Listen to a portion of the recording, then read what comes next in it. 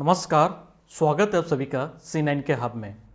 C9 के hub का ये तीसरा लेक्चर होगा जिसमें हम चर्चा कर रहे हैं प्राचीन भारतीय इतिहास के स्रोत की। जी हाँ, इसी तीसरे लेक्चर की हम बात कर रहे हैं यहाँ पर। अब तक आपने पार्ट 1 और पार्ट 2 में मूर्तिकला, सिक्के और शिलालेखों को देखा। वहाँ पर मैंने आपको बताया कि कौन से भारतीय राजाओं के सिक्के कहाँ कहाँ से प्राप्त हुए और सर्वप्रथम भारत में इनका चलन कैसे हुआ, मोहरें कब बनाए जाने लगी और उन मोहरों को किस तरह से सिक्कों पे उकेरा गया, किस तरह से राजा का नाम वहाँ पे रखा गया, या कहें कि उनके उप वाक्यों को, आदर्श वाक्यों को वहाँ पर उकेरा गया था। इसी कड़ी में हमने मूर्तिकला को देखा, जहाँ पर मैंने मध्य प्रदेश और भारत में मूर्तिकला के क्षेत्र आपको बताए। मध्य प्रदेश से उदय होने वाली मूर्तिकला के अंश आपको, या कहें कि उसका जो विस्तार है वो भारत में कौन कौन से क्षेत्रों में देखने को मिलता है। स्टेट पीएससी एग्जाम में यहां से प्रश्न आपको पूछे जा सकते हैं, उसी स्तर पर आपको यहां पर पढ़ाया। अब बारी आती है उन साहित्यिक ब्राह्मण ग्रंथों की जिसमें हमें प्राचीन भारतीय इतिहास के स्रोत की जानकारी मिलती है। तो आइए अब वहां पर हम चर्चा करेंगे। ब्राह्मण ग्रंथ, और इस कड़ी में सबसे पहले हम बात करेंगे ऐत्रेय ब्राह्मण ग्रंथ की। यहां पर इस ग्रंथ में राज्याभिषेक के नियम बताए गए हैं। यह सबसे महत्वपूर्ण है। अगर एमपीपीएससी आपसे प्रश्न पूछता है कि कौन से ब्राह्मण ग्रंथ में राज्याभिषेक के नियम बताए गए हैं जो राजा के लिए अपनाए जाएंगे जब उसका राज्याभिषेक किया जाएगा, तो आप क्या आंसर करेंगे? ऐत्रेय ब्राह्मण। इसी ऐत्रेय ब्राह्मण में मध्य प्रदेश का भी विवरण प्राप्त होता है। आप कहेंगे कि सर मध्य प्रदेश का क्यों? अगर ऐत्रेय ब्राह्मण में आपको राज्य अभिषेक के नियम बताए जा रहे हैं तो यहां पर शुंग, सातवाहन, वाकाटक, अभीर, ओलिकर, गुप्त और मौर्य राजाओं का क्षेत्र रहा। और जब यह राजगद्दी पर बैठे तो सीधी सी बात है कि राज्याभिषेक हुआ। तो इसीलिए ऐत्रेय ब्राह्मण में भी मध्य प्रदेश का उल्लेख मिलता है हमें, और कुछ प्राचीन राजाओं के नाम भी यहां पर बताए गए हैं। तो याद रखना है, अगर प्रश्न पूछा जाए तो आप आंसर करेंगे ऐत्रेय ब्राह्मण में। शतपथ ब्राह्मण में गांधार नरेश, शल्य, कैकेयी, कुरु, पांचाल, कौशल और विदेह आदि राजाओं के नाम उल्लेखित है। यह राजतंत्र हुआ करते थे। गांधार अब भारत का एक अंश नहीं है। वर्तमान में गांधार का जो क्षेत्र है वह अफगानिस्तान में है। गांधार अब कांधार हो गया है। प्राचीन इतिहास के साधन से हमें वैदिक साहित्य में ऋग्वेद के बाद शतपथ ब्राह्मण का स्थान आता है। ऋग्वेद के बाद किसी साहित्यिक ब्राह्मण को स्थान दिया जाता है तो वह है शतपथ ब्राह्मण ग्रंथ।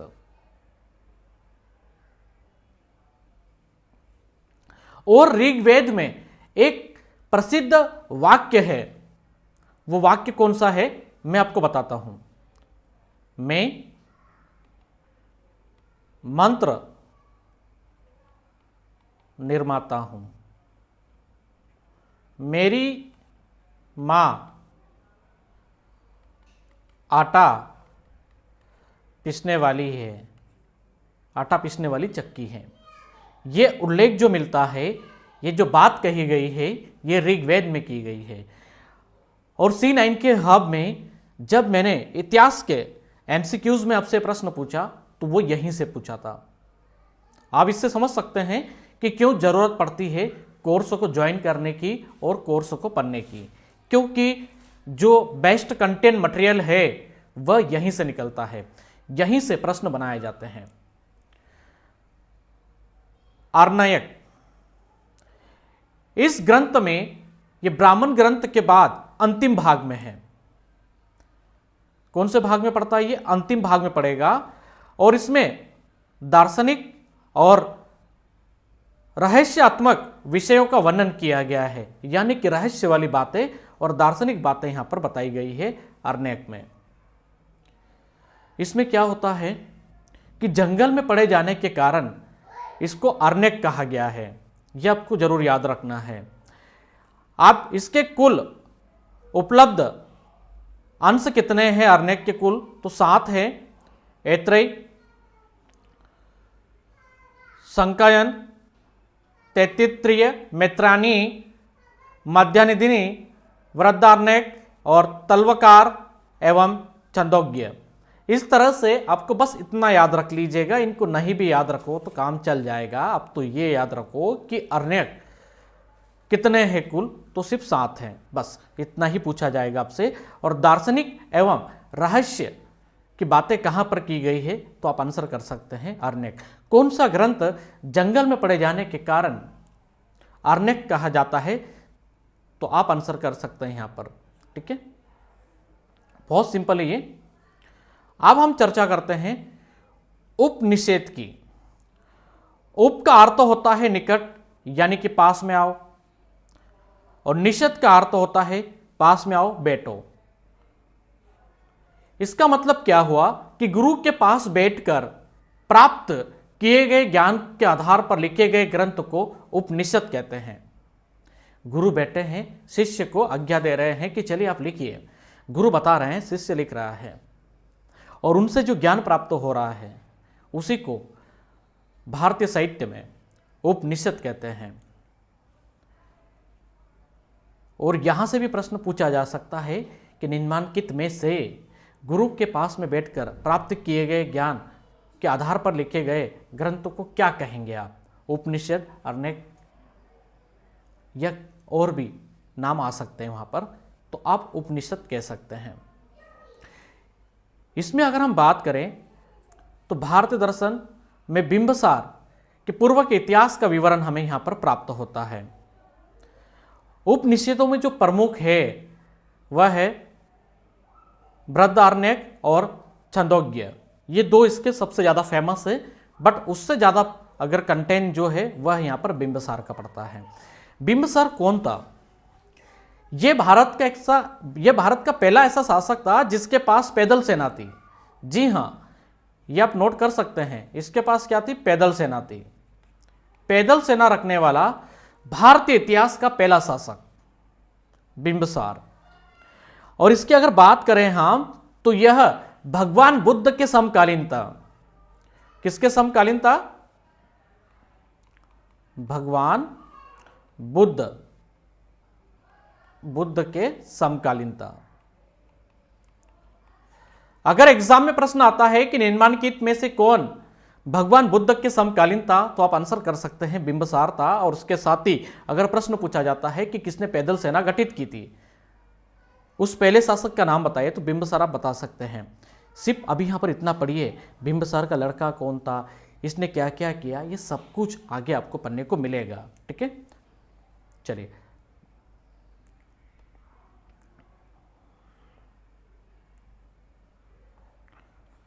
उपनिषद हो गया आपका। अब हम बात करते हैं वेदांग की। देखिए, वेदांग में तत्कालीन समाज व धर्म का विवरण मिलता है हमें, यानी कि वहां पर इसका प्रकाश पड़ता है। वैदिक अध्ययन के लिए या कहें कि विशिष्ट विधाओं की शाखाओं को वेदांग कहा गया है। विशिष्ट इसलिए कहेंगे, आपने पढ़ा होगा हिंदी विशिष्ट, यानी कि वी उत्पत्ति शुद्ध, प्योर एफ, 100% प्योर एफ। यहां पर जो व्याकरण दी जा रही है वो शुद्ध है। इसी तरह से विशिष्ट शब्द जब लगता है तो इसका मतलब यह है कि यहां पर आपको जो भी दिया जा रहा है वो प्योर एफ है, यानी कि परफेक्ट है। वेदांग की संख्या कितनी है? तो 6 संख्या है। अगर नहीं दिखाई दे रहा तो मैं यहां पे लिख देता हूं। शिक्षा 1, कल्प, व्याकरण, निरुक्त, अंश और ज्योतिष। बस इतना याद रखिए कि वेदांग की संख्या कितनी है, तो आपको क्या आंसर करना चाहिए? जो वेदांग है उनकी जो संख्या है वह 6 है। आपने व्याकरण में, और व्याकरण में सबसे महत्वपूर्ण ग्रंथ जो कि पाणिनि द्वारा कृत है, महर्षि पाणिनि ने लिखा है और इस ग्रंथ की अगर हम चर्चा करें तो आप सभी को पता चल गया है उस ग्रंथ का नाम क्या है।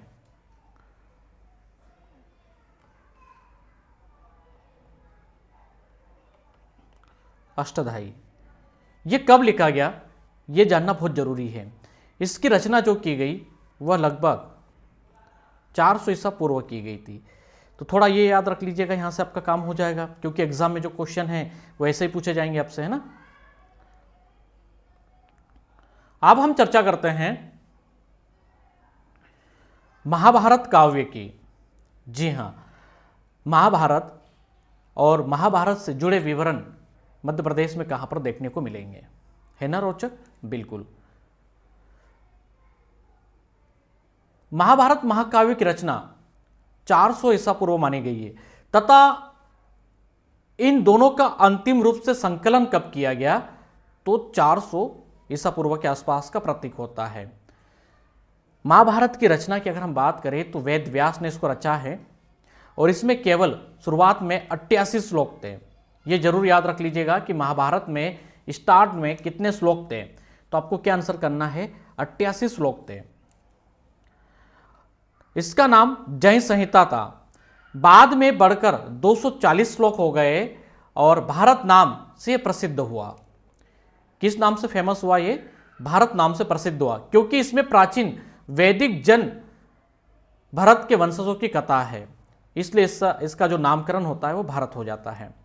अंत में 1,00,000 श्लोक होने के कारण इसे सत सहस्त्री संहिता के नाम से जाना गया और फिर ये महाभारत हो गया। इसमें क्या है, कौरवों और पांडवों के युद्ध का विवरण है। मध्य प्रदेश में पांडव कैवस जो है वह कहां पर मिलती है, पंचमढ़ी में मिलती है। पांडवों का जो समय है मध्य प्रदेश में पंचमढ़ी के पास में बीता है और यहां पर वो रुके थे। अर्जुन ने वृषणल्ला के वेश में यहां पर साधना की, कहां पर, पंचमढ़ी में। इसके साथ ही अगर हम चर्चा करें आप मध्य प्रदेश में महाभारत कालीन की, तो गुरु द्रोणा के पुत्र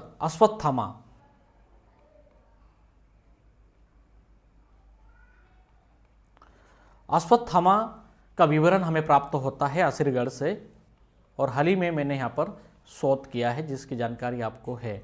बहुत जल्दी एक वीडियो जारी किया जाएगा जहाँ पर आप काफ़ी अच्छे से हिस्ट्री को समझ पाएंगे। ओके, तो असीरगढ़ का क्षेत्र दिया गया था जो कि गुरु द्रोणा के पुत्र थे अश्वत्थामा।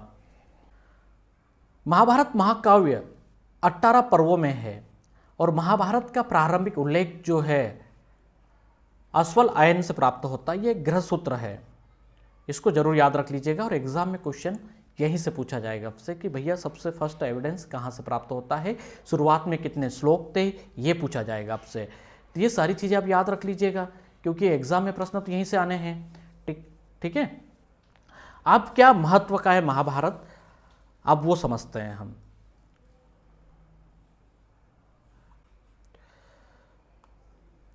देखिए, महाभारत में तत्कालीन समाज, राजनीतिक, सामाजिक, राजनीतिक और धार्मिक व आर्थिक स्थिति पर प्रभाव पड़ता है ना। ये जरूर याद रखना क्योंकि यहां से क्वेश्चंस पूछे जाएंगे आपको। तो तत्कालीन मतलब सामाजिक, ठीक है। इसके अलावा हम चर्चा करें यहां पर राजनीतिक, फिर इसके बाद हम देखें धार्मिक व आर्थिक। इन स्थिति पर व्यापक प्रभाव पड़ता है। इसके साथ ही राजनीतिक दृष्टिकोण से रामायण की अपेक्षा महाभारत का महत्व अधिक है, यह जरूर याद रख लीजिएगा। अगर प्रश्न आए कि दोनों महाकाव्यों में से राजनीतिक दृष्टिकोण से किसका महत्व ज्यादा है तो आप क्या आंसर करके आओगे, महाभारत, है ना, जब कंपेयर किया जाएगा रामायण के साथ। इसके साथ ही अगर हम चर्चा करें यहां पर तो महाभारत में कौन कौन सी जातियों का विवरण प्राप्त होता है, तो यहां पर शक,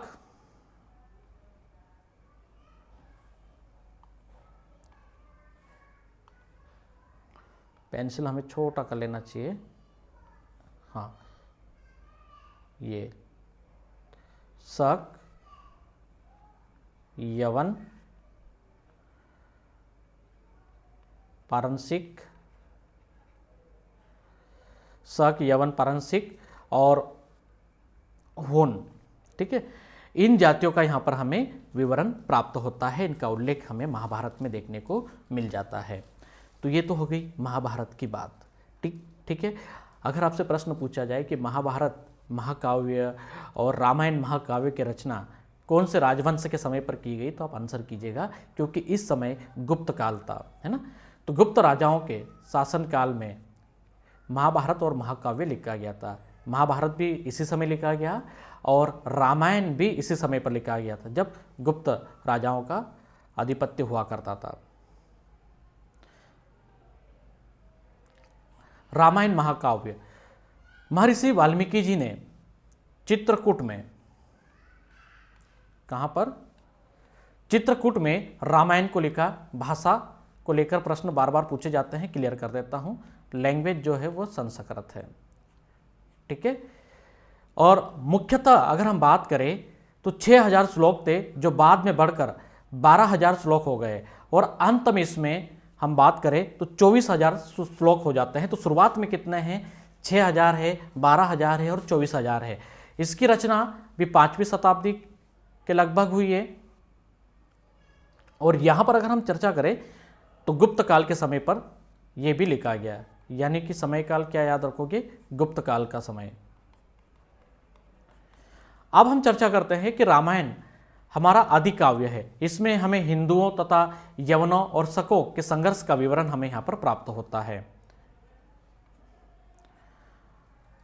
रामायण महाकाव्य में मध्य प्रदेश के कौन कौन से क्षेत्र से हमें विवरण प्राप्त होते हैं। सीधी सी बात है, जब भगवान श्री राम वनवास की ओर थे तो बांधवगढ़ में, और बांधवगढ़ को लेकर प्रश्न पूछा भी गया, है ना। बांधवगढ़ का जो किला है वो किसने उपहार में दिया था और किसको दिया था, भगवान श्री राम ने, है ना। तो बांधवगढ़ का जो किला है वह भगवान श्री राम ने अपने भाई लक्ष्मण को उपहार स्वरूप दिया था, श्रीलंका पे निगरानी रखने के लिए। तो भगवान श्री राम का अतः विवरण हमें देखने को मिलता है हर एक मध्य प्रदेश के स्थान पर। जब हम एमपी को पढ़ेंगे तो भगवान राम से जुड़े हुए एक से बढ़कर एक फैक्ट मैं आपको और बताऊंगा, और जहां से प्रश्न पूछा गया उसी पे हम चर्चा कर रहे हैं। अब यहाँ पर क्या है कि बांधवगढ़ को भाई का किला कहा जाता है, ये जरूर याद रख लीजिएगा ना, भाई का किला, भाई का किला। और ये प्रश्न आता है कभी एग्जाम में कि भाई का किला मध्य प्रदेश में कहाँ है, तो बांधवगढ़ आंसर कर दीजिएगा। और इसके आर्किटेक्चर कौन थे बांधवगढ़ किले के, तो नल और नील, जिन्होंने राम सेतु बनाया था, है ना। नल और नील नामक दो बंदर, है ना। तो ये जरूर याद रख लीजिएगा बेटा, क्वेश्चंस यहीं से आएंगे और ऐसे ही पूछे जाएंगे। तो ये हो गया आपका बांधवगढ़ वाला विवरण, क्लियर है। यहां पर पुराणों की बात करते हैं तो पुराणों की संख्या 18 है। अब हम 18 पुराण ना पढ़े, बस आप इतना याद रख लीजिएगा कि कितने ऐतिहासिक महत्व के हैं 18 में से, क्योंकि 18 तो जमाना जानता है। ऐतिहासिक महत्व के कितने हैं वह प्रश्न पूछे जाएगा, वो प्रश्न आपसे रखा जाएगा, तो आप आंसर कीजिएगा 5 है। इसमें कौन कौन से हैं, मत्स्य, भागवत, विष्णु, वायु और ब्राह्मण पुराण। पुराणों में प्राचीन भारत के इतिहास, धर्म, आख्यानक, विज्ञान और राजनीतिक। आख्यानक क्या होता है पता है, नहीं है तो मैं बताता हूं। आख्यानक गीत का मतलब होता है कि गीत के माध्यम से इतनी प्रशंसा की जाए, उसके पूरे युद्ध का विवरण बता दिया जाए।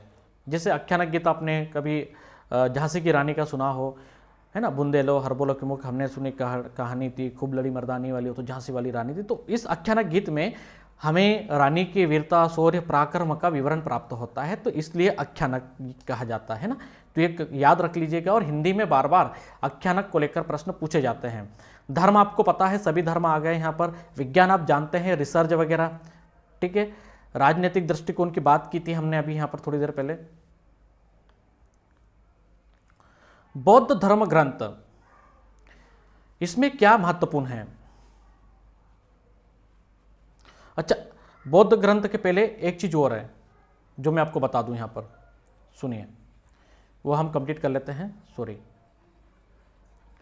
कौन से राजवंश का विवरण कहाँ से प्राप्त होता है ये देखते हैं हम, है ना। तो थोड़ा थोड़ा लेट हो जाते हैं। देखो, अब पुराणों के रचयिता कौन है ये तो हम भूल ही गए थे, है ना। तो पुराणों के रचयिता कौन है, किसको कहा जाता है कि पुराणों को किसने रचा? रचयिता। तो पुराणों के जो रचयिता है वह है लोम हर्ष और उनके पुत्र, यानी कि अथवा उनके पुत्र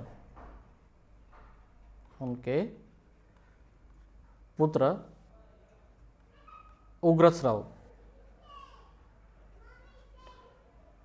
इनको माना जाता है ना, माने जाते हैं। माने फिर से लिख देते हैं। अरे बेटा पेंसिल है ना, बार बार हम स्मॉल वाली लेते हैं, बट क्या है वो सिलेक्ट नहीं हो रही बार बार। चलो ये हो गया है, पेंसिल का ऑप्शन ही नहीं आ रहा। चलिए ठीक है, माने जाते हैं, है ना, बस इतना लिख लीजिएगा। तो ये याद रख लीजिएगा, है ना, प्रश्न यहाँ से पूछ लिया जाएगा। लोमहर्ष और उनके पुत्र अग्रश्रव। इसके साथ ही अगर हम बात करें तो अधिकांश पुराण कब लिखे गए, है ना, समयकाल। तो पुराण जो लिखे गए वह 3री व 4वीं शताब्दी ईसा पूर्व में लिखे गए, है ना, सदी ईसा पूर्व, ये याद रख लीजिएगा। इसके साथ ही अगर हम बात करें तो मौर्य वंश के लिए सबसे फेमस पुराण कौन सा है, जहां पर मौर्य वंश की पर्याप्त जानकारी मिलेगी, है ना। मौर्य वंश के लिए जो है वह है विष्णु पुराण। विष्णु पुराण याद रखना। इसके साथ ही अगर हम चर्चा करें यहां पर सातवाहन और शुंग राजाओं के लिए, सातवाहन व शुंग का विवरण कहां से प्राप्त होता है, तो ये याद रखना आपको, मत्स्य पुराण।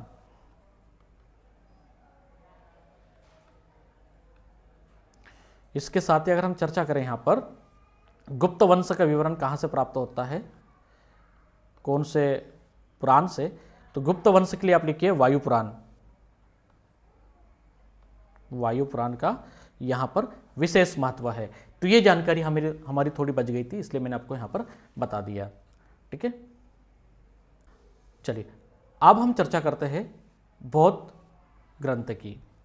ब्राह्मण ग्रंथों के समान ही बौद्ध ग्रंथों को प्राचीन भारतीय इतिहास में विशेष माना जाता है और इसका व्यापक प्रभाव पड़ता है। इसमें निम्नलिखित कौन कौन से बौद्ध ग्रंथ है, और सबसे जो प्राचीन वो पिटक है। अब पिटकों की संख्या कितनी है, 3 है, बेसिक है, आप लोगों ने पढ़ा है, विनय पिटक, सूत्र पिटक और अभिधम पिटक। पहला पिटक क्या बताता है, विनय पिटक में मठ में रहने वाले वो भिक्षु जो वहाँ पर रहकर मठ में बैठकर साधना करते थे, कुछ इस टाइप से। ये पीछे मठ का दृश्य आप देख सकते हैं, हल्का सा थोड़ा सा। तो मठ में रहने वाले भिक्षुओं के लिए आवश्यक निर्देश यहाँ पर दिए गए थे। सूत्र पिटक में महात्मा बुद्ध के उपदेशों का सार दिया गया है।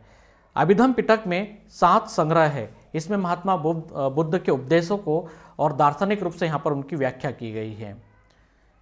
तो इस तरह से त्रिपिटक जो है उसको 3 भागों में रखा गया है, इसीलिए उसको हम त्रिपिटक भी कहते हैं।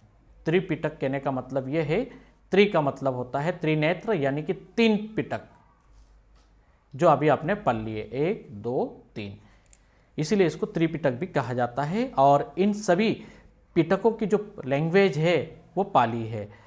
पाली भाषा जो है मगध साम्राज्य अशोक के समय की राजभाषा थी।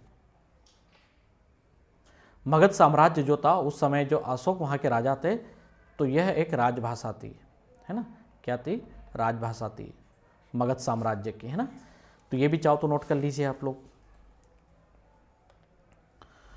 जातकों में भगवान बुद्ध के पूर्व जन्मों की एक काल्पनिक कथाएं करी गई है।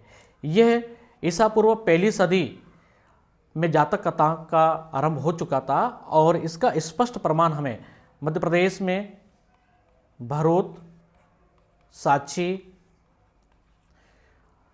यहाँ के स्तंभों पर देखने को मिलती है। सांची में 4 प्रवेश द्वार है, 4 में से एक प्रवेश द्वार पर, जो दक्षिणी प्रवेश द्वार है, उस पर भगवान गौतम बुद्ध के जन्म का खुलासा किया गया है। यानी कि वहाँ पर ऐसी कला उकेरी गई है और उस कथा से ये बताया गया, जातक कथा के माध्यम से, कि भगवान बुद्ध का कैसे जन्म हुआ था। इसके साथ ही अगर हम बात करें तो जातक कथाएं जो होती थी वह गद्य और पद्य दोनों में लिखी गई। सबसे अधिक जो प्राचीन है वह पद्यांश है। आपने जातक कथाओं को पढ़ा समझा होगा। अगर इनकी लैंग्वेज पूछी जाए तो आप दोनों बताएंगे। गद्य और पद्य में लिखा गया, जिसमें सबसे ज़्यादा महत्व का जो है वह पद्यांश है। ये सबसे ज़्यादा प्राचीन है। जातकों की कुल संख्या कितनी है तो 550 है। संख्या पूछ ली जाएगी, यह आंसर कीजिएगा। ठीक है, जहाँ पर भगवान बौद्ध के सिद्धांतों तथा उनकी कहानियों का संग्रह किया गया है। जितने भी प्राचीन ग्रंथ लिखे गए हैं बौद्ध धर्म के, वो पाली लैंग्वेज में हैं। कौन सी लैंग्वेज में है? पाली भाषा में है। पाली भाषा में लिखे गए बौद्ध ग्रंथ दूसरी और प्रथम सदी ईसा पूर्व के माने जाते हैं। थोड़ा ये भी याद रख लीजिएगा कि कब के हैं। वहीं बृहद घोष के द्वारा लिखित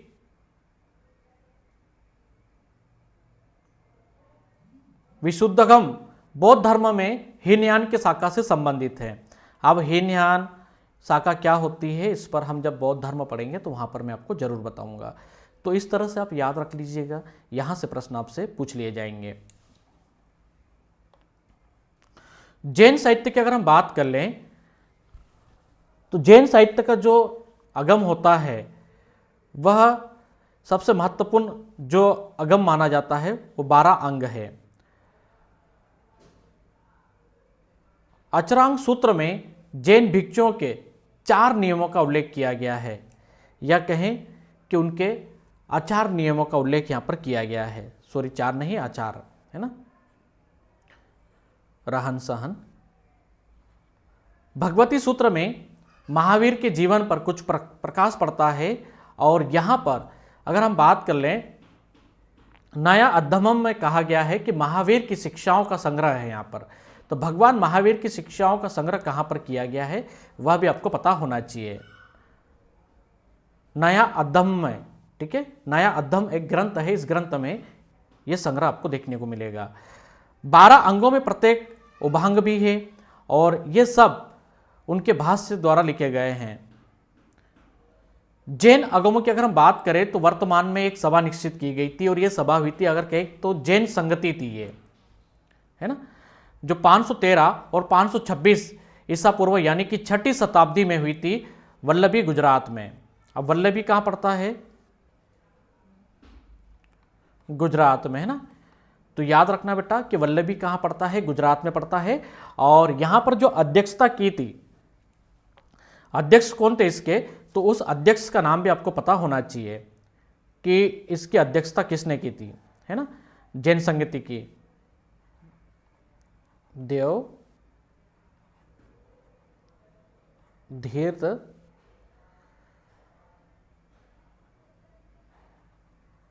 क्षमा श्रमण, इनका नाम है पूरा, है ना, श्रमण। यह अध्यक्ष थे, है ना, इस संगति के। तो थोड़ा यहां पर इतना आप याद रख लीजिएगा। वल्लभी देख लिया, सब कुछ देख लिया। अगर आपसे पूछ लिया जाए कि राजेंद्र शोध संस्थान कहां पर है? मध्य प्रदेश में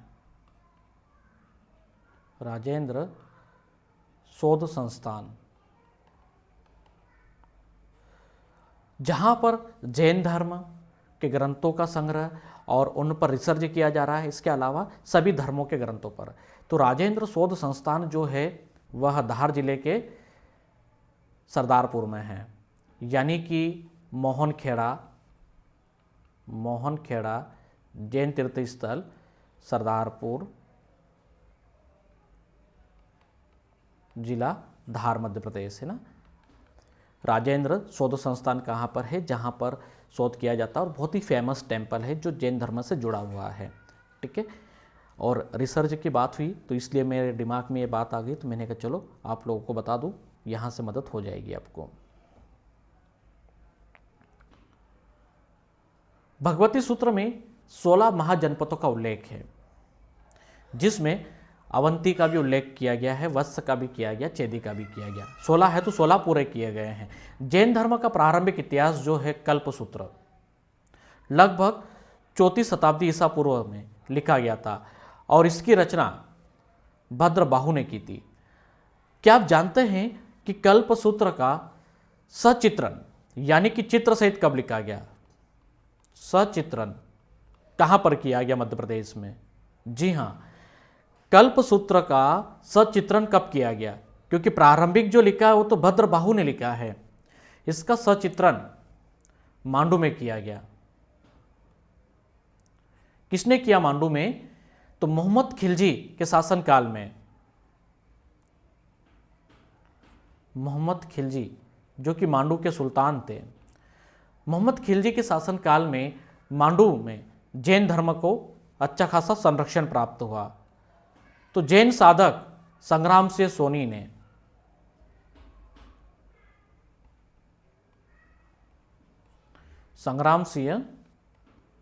सोनी ने यह सचित्रण तैयार किया। और ये जो कल्पसूत्र है, इसके बाद दूसरा अगर भारत में तैयार किया गया था तो वो मांडू में किया गया था। और मांडू में जैन धर्मों का अच्छा खासा संरक्षण दिया गया था। जब आप परमार डायनेस्टी पढ़ेंगे ना, तो वहाँ पर आपको डिटेल में बताऊंगा कि राजा भोज का कौन सा मंत्री ग्रह जैन धर्म का था, कौन सा सेनापति जैन धर्म से था, कहाँ से जैन धर्म का उदय होता है, हर डिटेल आपको पढ़ने को मिलेगी। ठीक है। लैंग्वेज कौन सी है? प्राकृत भाषा है। इसके पहले मैं चर्चा कर चुका हूँ अगले लेक्चरों में कि आर्धमगधी प्राकृत में लिखे जाते हैं जैन धर्म, आर्ध प्राकृत में, है ना। प्राकृत भाषा के 5 भेद होते हैं ऐसा। जैन धर्मों में सबसे महत्वपूर्ण हेमचंद्र का परिष्ठ पर्व लिखा गया है और यह कब लिखा गया? 12वीं शताब्दी में लिखा गया था। इसके अलावा भद्रबाहु चरित्र से चंद्रगुप्त मौर्य के जीवन की प्रारंभिक तथा उत्तरकालीन घटनाओं की हमें सूचना प्राप्त होती है। तो ये जानकारियां हैं, आप अच्छे से नोट कर लीजिए। अब हम चर्चा करते हैं चाणक्य की। चंद्रगुप्त मौर्य और चंद्रगुप्त मौर्य के एडवाइजर और उनके गुरु चाणक्य, चलिए समझते हैं। अर्थशास्त्र के रचिता चाणक्य विष्णुगुप्त या कहे कि कौटिल्य सुप्रसिद्ध प्रधानमंत्री थे उनके, और ये भारत का पहला राजनीतिक ग्रंथ माना जाता है अर्थशास्त्र, जिसकी रचना चंद्रगुप्त मौर्य के प्रधानमंत्री ने की थी, यानी कि कौटिल्य ने की थी, चाणक्य ने की थी, विष्णुगुप्त ने की थी। चाणक्य ने नर्मदा नदी के तट पर तपस्या की थी। एक फैक्ट ये भी है, तट पर तपस्या की थी। यह तपस्या कहां की थी? भरूच, गुजरात में। ठीक है, ये याद रख लीजिएगा। और राजनीतिक ज्ञान के लिए अर्थशास्त्र ग्रंथ एक प्रमुख स्रोत है। इसकी डिटेल हम बहुत अच्छे से पढ़ेंगे। चाणक्य का जन्म कब हुआ था, कैसे हुआ, सब कुछ बताऊंगा, बट अभी नहीं। 15 अधिकरणों का खंडों में इसको रखा गया है।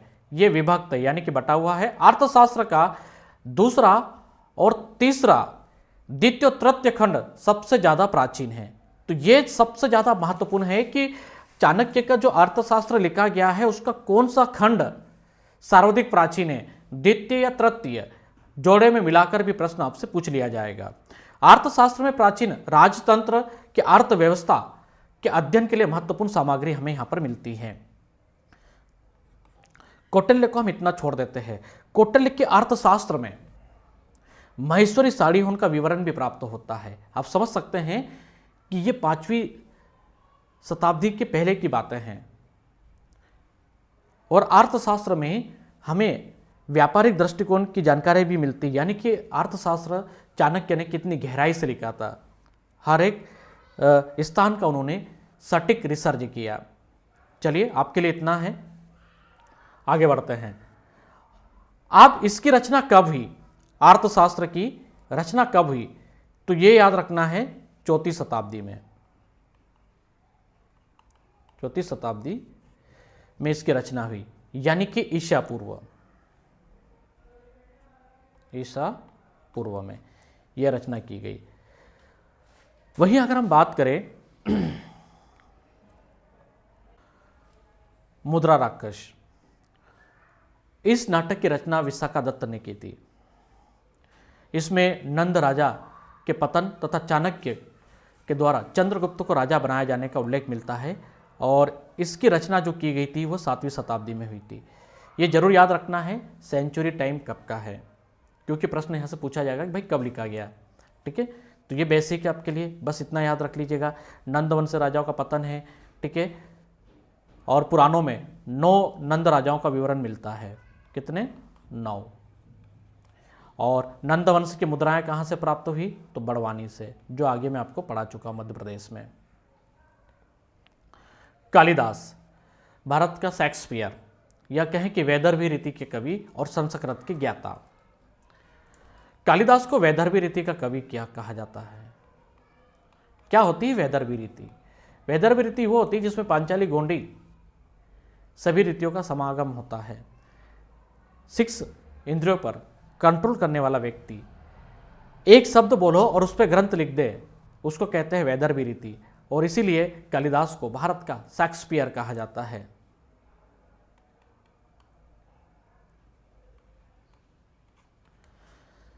शेक्सपियर का मतलब यह होता है कि ऐसा ज्ञाता जो एक शब्द से पूरे खंड काव्यों को लिख सकता है, महाकाव्यों को लिख सकता है, नाटक को लिख सकता है। बस एक शब्द बोल दीजिए बस, तो उसी को शेक्सपियर कहा जाता है। इसीलिए कालिदास की ये खूबियां हैं।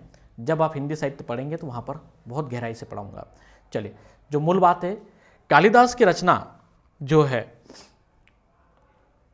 मालविका अग्निमित्रम में पुष्यमित्र और यवनों के मध्य हुए युद्ध का उल्लेख मिलता है।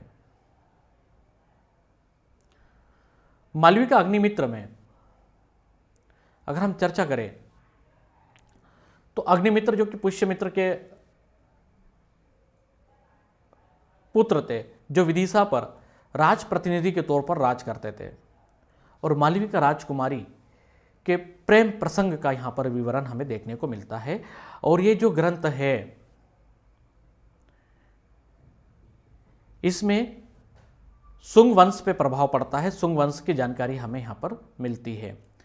बस इतना याद रखना कि पुष्यमित्र, सुंग और यवनों के मध्य हुए युद्ध का उल्लेख कालिदास की कौन सी रचना से प्राप्त होता है? तो मालविका अग्निमित्रम से। हर्ष चरित्र, कवि बाणभट्ट का जन्म सीधी मध्य प्रदेश में हुआ। 7वीं शताब्दी ईसा पूर्व में बाणभट्ट ने सोन नदी के किनारे इसकी रचना की।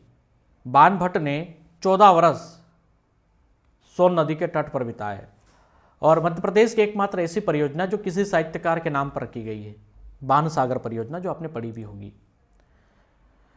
इसमें हर्षकालीन या कहे कि राजा हर्ष के समय की प्रत्येक घटनाओं को यहां पर लिखा गया है। यह हर्ष चरित्र कब लिखा गया? पुलिकेशन ने जब आक्रमण किया था, जिसमें राजा हर्ष हार जाते, उसके बाद इस ग्रंथ को लिखा जाता है। तो बाणभट्ट को याद रखना है। ठीक है। महाभाष्य, पतंजलि महाभाष्य में मौर्य काल के विषय में हमें जानकारी प्राप्त होती है। गार्गी संहिता में इसमें भारत पर यवनों के आक्रमणों का उल्लेख मिलता है। राजतरंगिणी, इसमें संपूर्ण कश्मीर का विवरण प्राप्त होता है, या कहें कि कश्मीर के इतिहास की हमें यहाँ पर जानकारी प्राप्त होती है। कलन ने इसको लिखा है। और कब लिखा गया है ये? तो 12वीं शताब्दी ईसा पूर्व में इसको 12वीं शताब्दी में इसको लिखा है। नवसाहंग चरित्र, परमार वंश की घटनाओं पर प्रकाश डालने वाला और कहें कि परमार वंश की उत्पत्ति का सटीक विवरण जो है वह नवसाहंग चरित्र से प्राप्त होता है। इस ग्रंथ की रचना पद्मगुप्त परिमल ने की थी। परिमल गुप्त जो थे वह कौन से परमार राजा के पहले दरबारी थे? तो वाकपति मुंज सबसे पहले ये मुंज के दरबार में रहे। इसके बाद मुंज के भाई सिंधुराज, सिंधुराज के बाद ये जाते हैं किसके दरबार में? राजा भोज। और यह प्रश्न हो कि कौन सा साहित्यकार तीनों परमार राजाओं के समय काल में था, तो परिमल गुप्त आप आंसर कर सकते हैं। और नवसाहंग चरित्र में किसकी विजयों का उल्लेख और किसके समय पर लिखा गया था? तो राजा भोज के पिताजी सिंधुराज ने जब सत्याश्रय को पराजित कर दिया था तो उस उपलक्ष्य में यह लिखवाया गया था। जब परमार राजवंश पढ़ेंगे तो वहां पर और भी आपको समझ में आएगा। गढ़वाहो, इस ग्रंथ के जो रचिता है वह वाकपति राज था। ये कन्नौज नरेश यशोवर्मा जो थे, या कहें कि यशोवर्मा जो थे, उनकी विजयों का यहां पर वर्णन देखने को मिलता है। विक्रम देवचरित्र ये चालुक्य वंश के इतिहास के विषय में जानकारी देता है और इसकी जो रचना की है वो बिलन ने की है। तो कलहन अलग है और बिलन अलग है ना, तो यहां पर कंफ्यूज मत होना। कलहन राजतरंगिणी और बिलन जो है विक्रम देवचरित्र, जो कि चालुक्य राजवंश के इतिहास के बारे में जानकारी देता है। पृथ्वीराज रासो चंद्र बरदाई के द्वारा लिखा गया है, चौहान वंश की जानकारी है। ठीक है, बस इतना याद रख लीजिएगा। हिंदी साहित्य का प्रथम महाकाव्य। अब हम चर्चा करते हैं विदेशी यात्रियों के विवरण पे। यूनानी वृत्तांत की अगर हम बात कर लें, कौन से यूनानी यात्री भारत में आए और उनके उन ग्रंथों से या कहें कि यात्राओं के विवरण से हमें क्या जानकारियां प्राप्त होती हैं। हेरोडोटस प्राचीनतम लेखक है। हेरोडोटस ने 5वीं शताब्दी ईसा पूर्व में भारतीय सीमा प्रांत का जो था हकमी साम्राज्य में एक राजनीतिक संपर्क पे प्रकाश डाला है। तो ये जरूर याद रख लीजिएगा कौन से साम्राज्य की बात की है और कब, तो ये याद रखना है 5वीं शताब्दी ईसा पूर्व में। टेसियस जो थे, इन्होंने अपनी रचना में भारत के विषय में लिखा है। इसके अतिरिक्त सिकंदर के साथ भी कुछ साहित्यकार आए थे, उन्होंने भी भारत के बारे में लिखा है। सिकंदर के समय के पश्चात मैगसनीस आते हैं। जब चंद्रगुप्त मौर्य सेलुकस निकेटर के साथ संधियां करता है तो वहां पर रिश्ते स्थापित होते हैं। फिर बाहरी लोगों का और आना शुरू होता है और अच्छी अच्छी पुस्तकें लिखी गई।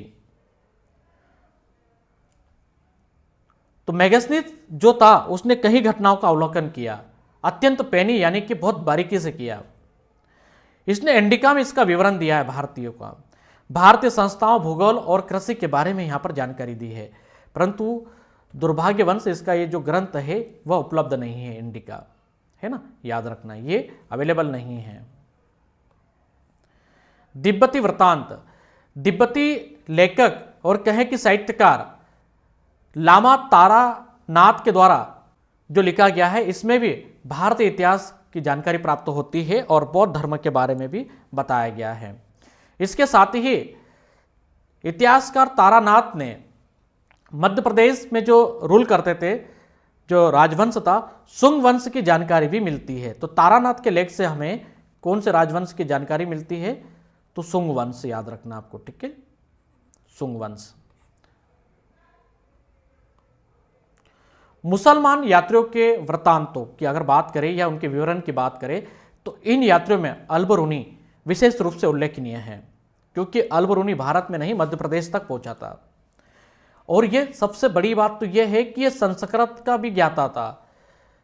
तो यह बहुत अच्छे से याद रख लीजिएगा कि कौन सा मुस्लिम साहित्यकार या कहें कि लेखक जो था वह संस्कृत का ज्ञाता था, क्योंकि भारतीय इतिहास में संस्कृत के मुस्लिम ज्ञाताओं की अगर हम बात करें तो अलबरूनी और उसके बाद दारा सिको थे, जो औरंगजेब के भाई थे।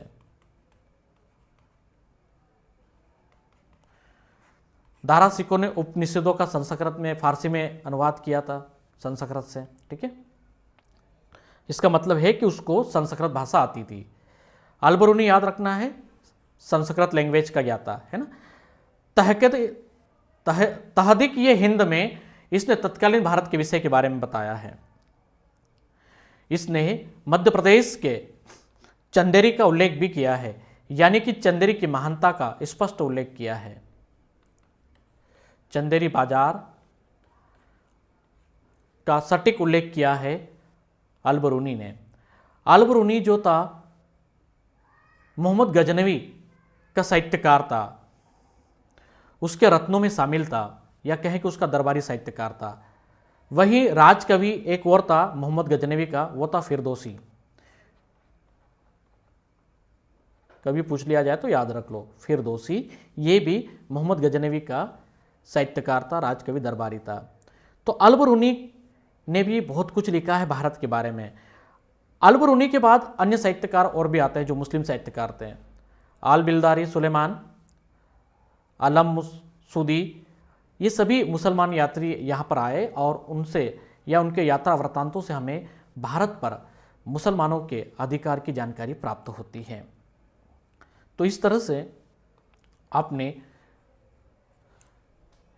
प्राचीन भारतीय स्रोतों को पढ़ा और अब हम पढ़ेंगे अन्य जानकारियों को। जी हाँ, तो इस तरह से आपने प्राचीन भारतीय स्रोतों को जाना, पर जो महत्वपूर्ण है वो मैं आपको अब बता देता हूं। मुख्य तथ्यों में चीनी स्रोत बाकी था, और चीनी स्रोतों की अगर हम चर्चा करें तो सुमा चीन जो था, यह चीन का प्रथम इतिहासकार था। चीन का फर्स्ट इतिहासकार सुमा चीन। इसके साथ ही अगर हम चर्चा करें तो इससे भी भारतीय या कहें कि भारत के इतिहास पर प्रकाश पड़ता है। सुमा चीन जो था वो चीन में प्रथम सदी ईसा पूर्व में हुआ। प्रथम सदी ईसा पूर्व में हुआ। इसके बाद आप देखते हैं फयान आए, है ना। फयान की यात्राओं का विवरण हमें देखने को मिलता है। फयान है, ठीक है। हेनसांग है, चीनी यात्री फयान हेनसांग, ये भी मध्य प्रदेश में घूम कर गए। और इसके बाद वह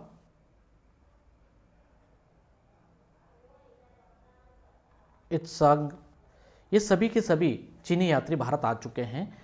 हेनसांग क्या है, फयान क्या है, सब कुछ मैं आपको बताऊंगा, इनके नामों की कैसे उत्पत्ति होती है। इनसे भी भारत के दृष्टिकोण पर बहुत ही अच्छा प्रभाव पड़ता है, या कहें कि इनके लेखकों के, इनके लेख उनके माध्यम से हमें सटीक जानकारियाँ मिलती है। वहीं हम चर्चा करें हुइली। हुइली द्वारा लिखित हेनसांग की जीवनी, यानी कि चीनी यात्री हेनसांग की जीवनी किसने लिखी, तो हुइली ने लिखी।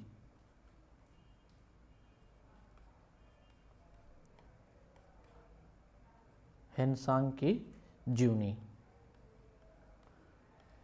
क्या है जीवनी का नाम, वह मा तवा। इसमें भी हमें भारत के विषय में जानकारी प्राप्त होती है ना। तो हेनसांग की जीवनी का रचयिता कौन था, हुइली था। तो इस तरह से आपने प्राचीन तथ्यों में, प्राचीन स्रोतों में पढ़ लिया। चीनी स्रोत आपका बाकी रह गया था। सुमा चीन याद रखना है, चीन का प्रथम इतिहासकार। इसके अलावा फयान हेनसांग आए। फयान मैसूर मांडू भी घूम कर गया, है ना। ये मैसूर भी आ चुका है, मैसूर और मांडू की यात्रा भी की इसने, ठीक है। चलिए, तो इस तरह से आप कंप्लीट हो जाते हैं। इतिहास के अगले विषय पर हम फिर चर्चा करेंगे। तब तक के लिए जय हिंद, जय भारत।